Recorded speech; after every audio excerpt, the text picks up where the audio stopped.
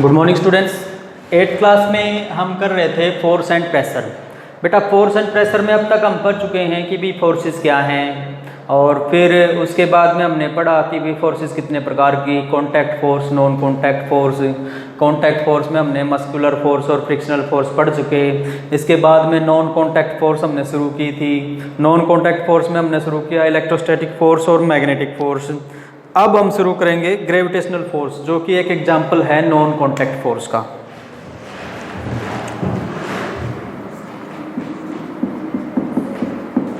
Gravitational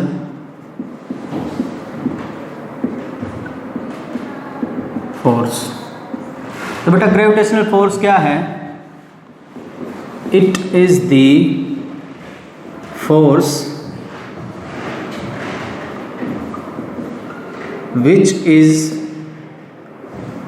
which always appears between any two objects in this world।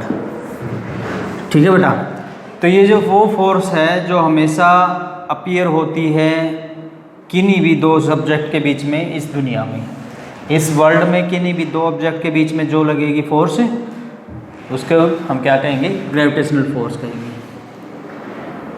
For example, मान लिया हमारे पास M1 और M2 दो ऑब्जेक्ट हैं जिनके मासेस हैं M1 M2 और इनके बीच की डिस्टेंस है R। ठीक है बेटा, तो इनके ऊपर लगने वाली ग्रेविटेशनल फोर्स जो होगी वो होगी F is equal to G M1 M2 divided by R का स्क्वायर। ठीक है बेटा, यहाँ पे M1 M2 क्या है? इन ऑब्जेक्ट के मास हैं, और R क्या है? इनके बीच की डिस्टेंस है। तो जो फोर्स है इन दोनों के बीच में लगेगी ग्रेविटेशनल फोर्स, वो इनके प्रोडक्ट ऑफ मासेस के तो डायरेक्टली प्रोपोर्शनल होगी, और square of distance between them के क्या होगी? इनवर्सली प्रोपोर्शनल होगी। और ग्रेविटेशनल फोर्स हमेशा कैसी होगी? अट्रैक्टिव होगी भाई। Gravitational force is always attractive. तो ग्रेविटेशनल फोर्स हमेशा अट्रैक्टिव होगी। तो ग्रेविटेशनल फोर्स भी एग्जाम्पल है किसका? नॉन कॉन्टैक्ट फोर्स का। इसमें देखो आपस में बीच में कोई कॉन्टैक्ट भी नहीं है, आर डिस्टेंस अपार्ट है, फिर भी इनके बीच में फोर्स लग रही है और अट्रैक्टिव फोर्स है, उसको हम कहते हैं ग्रेविटेशनल फोर्स। ठीक है, तो ये एक एग्जाम्पल है नॉन कॉन्टैक्ट फोर्स का। अब भाई ग्रेविटेशनल फोर्स के बाद में अब हम करेंगे प्रेशर। क्या करेंगे? प्रेशर। फोर्स हमारा कंप्लीट हो चुका है, अब हम करेंगे प्रेशर। प्रेशर क्या होता है? Pressure force per unit area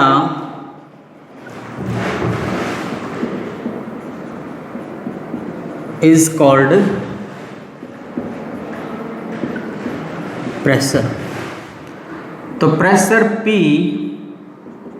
क्या होगा भाई? Force divided by area. P क्या है हमारे पास? प्रेशर। प्रेशर मतलब हिंदी में क्या बोलेंगे इसको? दबाव। ठीक है ना, दबा दिया किसी चीज को। ठीक है, F क्या है हमारे पास? फोर्स। और A क्या है? Area of cross section. ठीक है भाई, तो फोर्स पर यूनिट एरिया हमारा क्या कहलाता है? प्रेशर कहलाता है। अगर एरिया कम होगा तो प्रेशर क्या होगा? ज़्यादा, और अगर एरिया ज़्यादा होगा तो प्रेशर क्या हो जाएगा? कम। If area is less than pressure increases, मतलब अगर एरिया कम है तो प्रेशर क्या करेगा, इंक्रीज करेगा, बढ़ेगा। If area is big,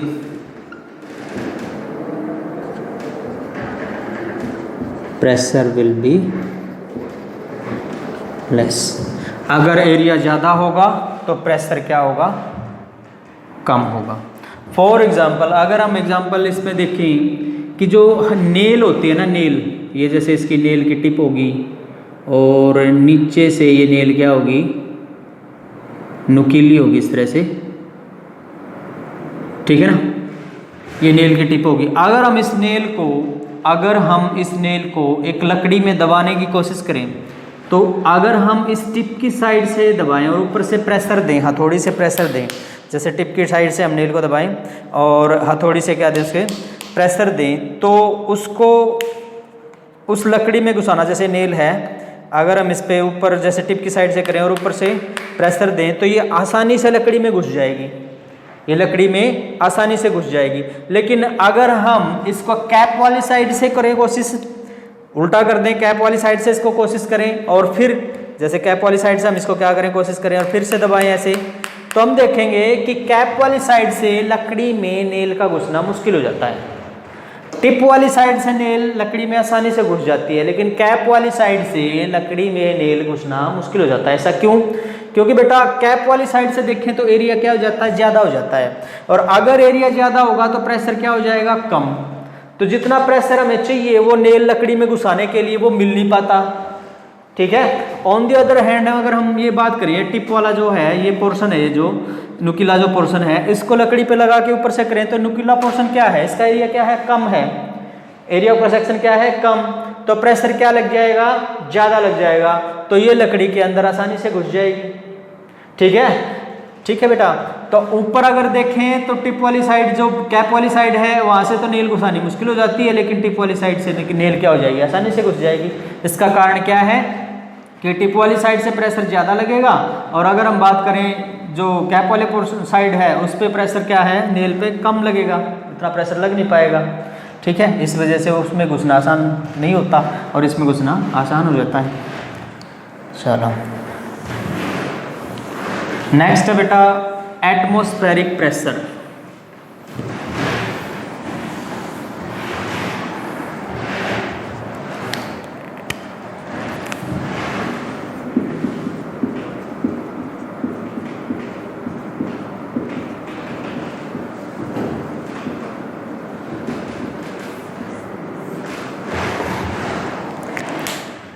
atmospheric pressure कौन सा होता है?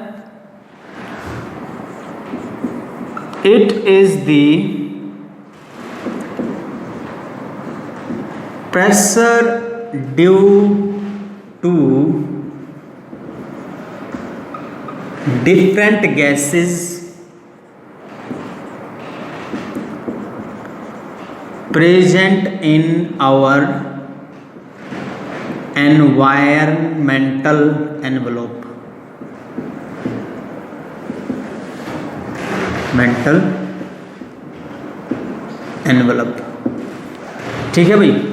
जो हमारा एनवायरमेंट है, जो हमारा एनवायरमेंट है, चारों तरफ का जो वातावरण है, जो हमारा चारों तरफ का वातावरण है, उसमें क्या होती है, गैस होती है। तो वो जो गैस है वो भी तो प्रेशर लगाएगी, तो वो जो गैस हमारे ऊपर जो प्रेशर लगा रही है, हर चीज़ के ऊपर जो वो गैस प्रेशर लगा रही है, उस प्रेशर को हम क्या कहेंगे, एटमॉस्फेरिक प्रेशर कहेंगे भाई, ठीक है। तो जो डिफरेंट गैसेस हैं एनवायरनमेंट में, उसके कारण जो प्रेशर होता है उसको हम क्या कहते हैं, एटमॉस्फेरिक प्रेशर कहते हैं, ठीक है।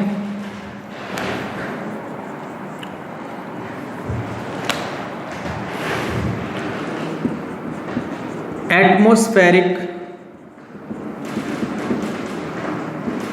Pressure decreases with height. जैसे जैसे हम ऊपर की तरफ जाएंगे, जैसे जैसे हम ऊपर की तरफ जाएंगे, पहाड़ों में जाएं, जैसे थोड़ा और ऊपर जाएं, तो एटमॉस्फेरिक प्रेशर क्या हो जाएगा, डिक्रीज हो जाएगा, ठीक है।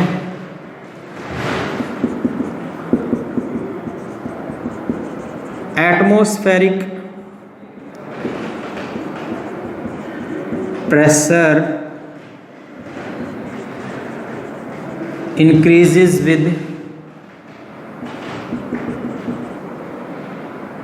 डेप्थ। जितना गहराई में हम जाएंगे एटमॉस्फेरिक प्रेशर क्या कर जाएगा, इंक्रीज कर जाएगा। ठीक है बेटा, जितना हम नीचे जाएंगे उतना ही एटमॉस्फेरिक प्रेशर ज़्यादा होगा, और जितना ऊपर जाएंगे उतना ही एटमॉस्फेरिक प्रेशर क्या होगा, कम होगा। और एटमॉस्फेरिक प्रेशर क्या होता है, जो वातावरण में डिफरेंट गैसेज हैं वो हम हमारे ऊपर प्रेशर लगाएंगी, या हर चीज़ के ऊपर जो है उसके ऊपर प्रेशर लगाएंगी, तो उसको हम क्या कहते हैं, एटमॉस्फेरिक प्रेशर कहते हैं। नेक्स्ट है भाई pressure due to liquid.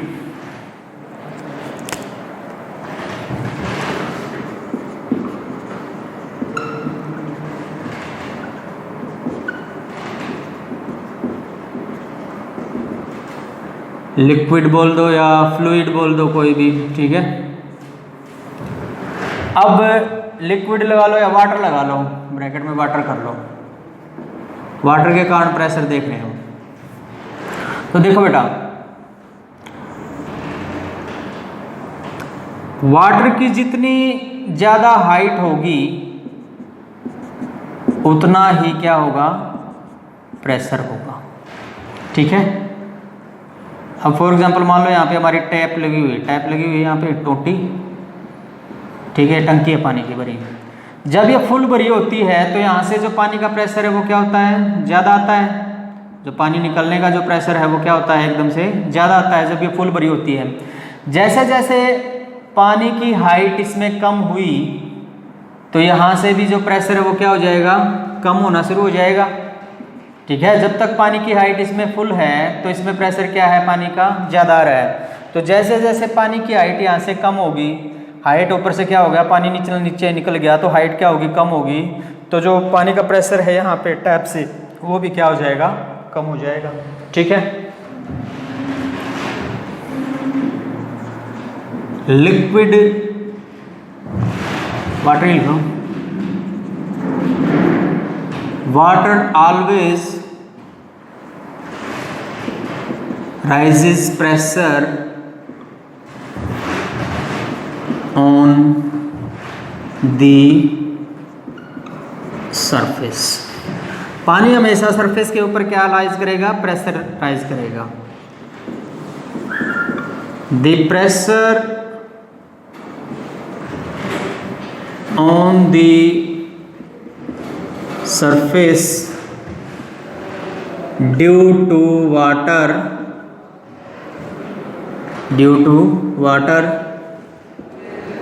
depends on the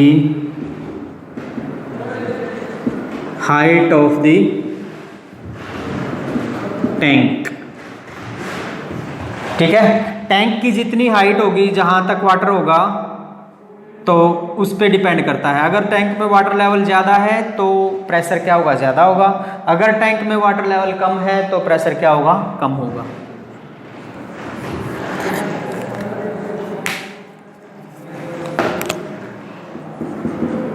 If water level in tank is high, then pressure due to water is high। If water level in the tank is low, then pressure due to water is low। ठीक है। तो भाई water level पे depend करता है। अगर tank में water level ज़्यादा है तो प्रेशर भी ज़्यादा होगा, अगर टैंक में वाटर लेवल कम है तो प्रेशर भी क्या होगा, कम होगा। ठीक है। अब आगे बेटा, अगर हम प्रेशर देखें तो प्रेशर डिपेंड करता है, प्रेशर जो होता है लिक्विड का, P is equal to rho G H होता है। भाई फार्मूला क्या होता है, P is equal to rho G H, जहाँ पे P क्या है, प्रेशर है। और ये जो टेढ़ा पी लिख दिया हमने, ये इसको बोलते हैं रो, ठीक है। जो ये टेढ़ा पी लिख दिया ना हमने, ऐसे करके ये ऐसे कर दिया, तो इसको रो लिखते हैं। तो रो क्या है? डेंसिटी है, डेंसिटी ऑफ लिक्विड, ठीक है ना। कितनी लिक्विड की डेंसिटी होगी वो हमारे पास क्या है? रो। और जी क्या है? Acceleration due to gravity. Acceleration आप लोग 9th क्लास में पढ़ोगे। तो जी क्या है हमारा? Acceleration due to gravity. Gravity के कारण क्या है, कितना एक्सेलरेशन है, वो जी है, ठीक है। ये बस केवल समझने के लिए बेटा, ये आप लोगों के वैसे सिलेबस में है नहीं जो रो जी एच है, लेकिन आप लोगों को पता होना चाहिए कि भाई क्या होता है, मतलब प्रेशर कैसे राइज करता है। और एच क्या है? हाइट ऑफ द लिक्विड, ठीक है, लिक्विड लेवल बोल सकते हो, ठीक है बेटा। तो जहां तक लिक्विड होगा, देखो एच क्या है? Height of the liquid. तो जहां तक ये, जैसे ये हमारे पास एच हो गया, तो जहां तक लिक्विड होगा उसके डायरेक्टली प्रोपोर्शनल है प्रेशर। अगर लिक्विड, देखो रो और जी तो कांस्टेंट हो गई, रो क्या है? डेंसिटी, वो तो कांस्टेंट है। और एक्सेलरेशन ड्यू टू ग्रेविटी भी क्या होता है? कांस्टेंट है। तो यहां से हमें पता चल रहा है कि भी प्रेशर डायरेक्टली प्रोपोर्शनल है किसके? एच के। तो जैसे जैसे हाइट बढ़ेगी प्रेशर भी बढ़ेगा, और जैसे जैसे हाइट कम होगी प्रेशर भी क्या हो जाएगा? कम हो जाएगा। तो इस तरह से किसी भी लिक्विड कंटेनर में अगर वाटर लेवल बहुत ज़्यादा है तो टैप से प्रेशर से पानी नीचे आएगा, उसका प्रेशर क्या होगा? ज़्यादा। और अगर जो वाटर लेवल है वो कम है तो उसका प्रेशर क्या होगा? कम। ओके, आज के लिए हम इतना ही करते हैं। फिर ये जो थ्योरी तो इस लेसन की हमारी कंप्लीट होगी। एनसीईआरटी क्वेश्चन करेंगे। अगर आप लोगों को कोई एनसीईआरटी क्वेश्चन में कोई भी डाउट है, आप अपने घर पे एनसीईआरटी क्वेश्चन करेंगे। अगर कोई डाउट है, कुछ भी है, तो आप कमेंट सेक्शन में जाके पूछ लीजिएगा, उनके आंसर मिल जाएंगे और एक दिन डाउट क्लास ले ली जाएगी। Okay, thank you very much.